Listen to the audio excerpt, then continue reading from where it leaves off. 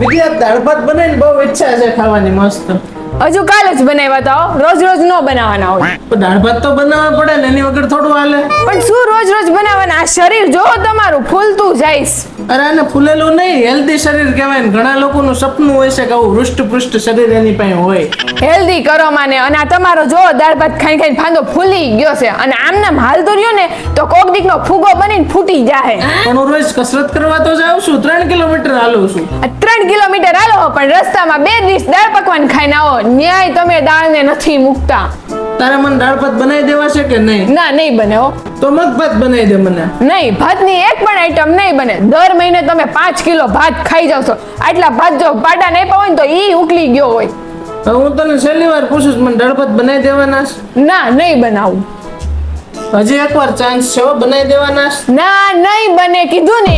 તો બાજુવાળા સ્વીટી ભાભી છે ને, એની પાસે લઈ આવું. એ ઉભા